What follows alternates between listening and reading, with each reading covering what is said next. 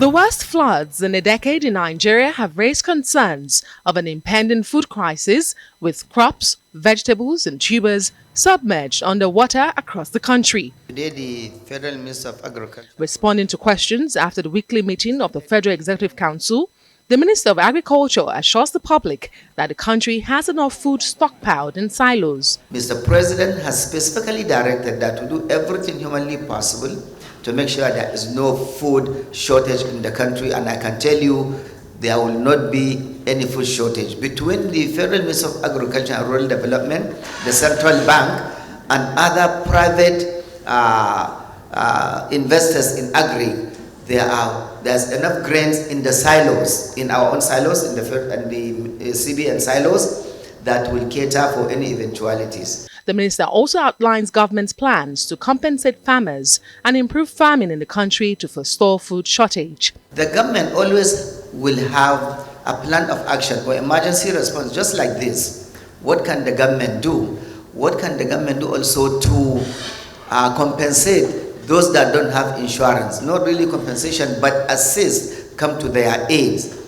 We have that plan and we are already activating, pending when we will finish all the assessment. We have in place an intensive plan for dry season farming. We have gotten funding from the African Development Bank.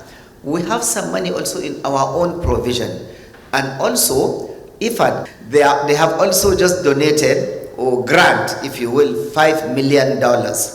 So we have some money that we are already planning to do dry season farming. The impact of the flooding on infrastructure is also coming to the fore.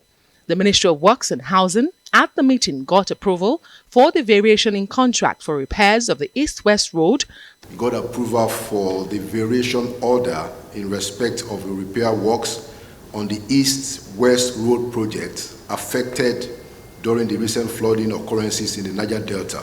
Sections 1 to 4 from Warri to Port Harcourt, Eket-Oron, including Oron-Eket bypass, in the sum of 260 billion, thereby increasing the total contract sum for the outstanding sections 1 to 4 of the East-West Road projects from the sum of formerly of 246 billion now to 506 billion.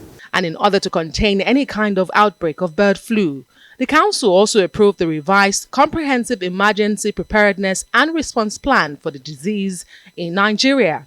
Other memos approved by the Council include the National Sports Industry Policy 2022 to 2026 and a memo from the Ministry of Science and Technology to secure partnership on the upgrade, equipping, operation and marketing of Space Museum and Planetarium.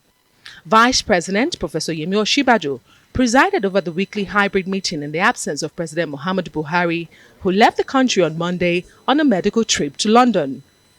A minute's silence was observed in honor of Nigeria's first aviation minister, Mbazulike Amechi, who died on Tuesday at the age of 93.